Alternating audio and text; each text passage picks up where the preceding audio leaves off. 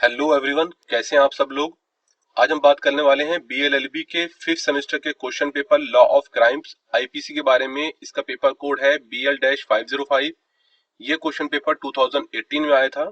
इसको सॉल्व करने में आपको 3 आवर्स मिले थे और आपके मैक्सिमम मार्क्स इसके अंदर 100 थे। हर एक क्वेश्चन पेपर को 3 सेक्शन के अंदर डिवाइड किया जाता है और सभी सेक्शन को उनके इंस्ट्रक्शन के अकॉर्डिंग ही सॉल्व करना होता है। सबसे पहले सेक्शन ए आता है। सेक्शन ए के अंदर आपके 5 क्वेश्चन है और हर एक क्वेश्चन को सॉल्व करने पर आपको 4 मार्क्स मिलेंगे। Question number 1, define theft with related provision.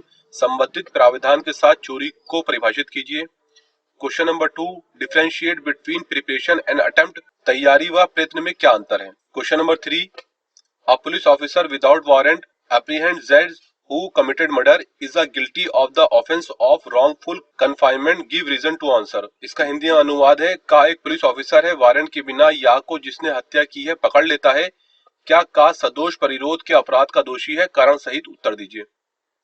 आगे बढ़ने से पहले आपको बता दें कि हमने एलएलबी और बीएलएलबी के क्वेश्चन पेपर पर वीडियो बनाई है। उन सभी वीडियो का लिंक इसी वीडियो के नीचे डिस्क्रिप्शन में दिया गया है, आप उसे भी एक बार अवश्य देखें। वीडियो में आगे बढ़ते हैं। Question number 4, differentiate between cheating and criminal miss appropriation of property. छल एवं संपत्ति के आपराधिक दुर्विनियोग में अंतर स्पष्ट कीजिए। Question number 5, what is mens rea, दुराशय क्या होता है। अब सेक्शन बी के अंदर आते हैं। सेक्शन बी के अंदर आपको 2 क्वेश्चन सॉल्व करने हैं और हर एक क्वेश्चन को सॉल्व करने पर आपको 10 मार्क्स मिलेंगे। अपना आंसर आपको 200 वर्ड्स के अंदर लिखना होगा। Question number 6, distinguish between intention and motive. Important question है ये। Indicate the importance of motive in law of crimes. आश्रय तथा हेतु में अंतर स्पष्ट कीजिए। आपराधिक विधि में हेतु के महत्व को इंगित कीजिए। Question number 7, define defamation. बहुत इंपॉर्टेंट है, आजकल सेलिब्रिटी एक दूसरे के अगेंस्ट डिफेमेशन का केस डाल देते हैं, मानहानि का। And discuss it's essential elements. मानहानि को परिभाषित कीजिए तथा इसके आवश्यक तत्वों की विवेचना कीजिए। Question number 8, who is an abettor. Explain in detail when does he become liable for the offense committed or even not committed। दुष्प्रेरक कौन होता है, विस्तार पूर्वक समझाइए कि वो किसी किए गए अपराध एवं ना किए गए अपराध का भी कब जिम्मेदार होता है। Section C, detail answer questions. इसमें आपको 3 क्वेश्चन का आंसर लिखना है। हर एक क्वेश्चन को सॉल्व करने पर आपको 20 मार्क्स मिलेंगे। Question number 9, mistake of fact is a good defence. बहुत इंपॉर्टेंट क्वेश्चन है कि फैक्ट की मिस्टेक तो एक्सेप्टेबल है, लेकिन लॉ को आपको लॉ में मिस्टेक होना वो एक्सेप्टेबल नहीं है। But mistake of law is not discussed with example. ये पिछले कई सालों में आया है। ये तथ्य की भूल अच्छा बचाव है, विधि की भूल नहीं, स्पष्ट कीजिए, उत्तर उदाहरण सहित दीजिए। Question number 10, discuss the essential elements of crime. What are the different stage involved in the commission of a crime, explain. Crime की क्या स्टेजेस होती हैं वो आपको बताना है। Question number 11, explain the right of private defense of body, under what circumstances does it extended to cause death। शरीर की व्यक्तिगत प्रतिरक्षा के अधिकार की व्याख्या कीजिए, किन परिस्थितियों में ये मृत्यु कर डालने तक विस्तृत होता है। क्वेश्चन नंबर 12 का पार्ट ए है, distinguish between culpable homicide and murder. बहुत इंपॉर्टेंट है, कल्पेबल होमिसाइड और बहुत मर्डर में बहुत माइनर से डिफरेंस होता है।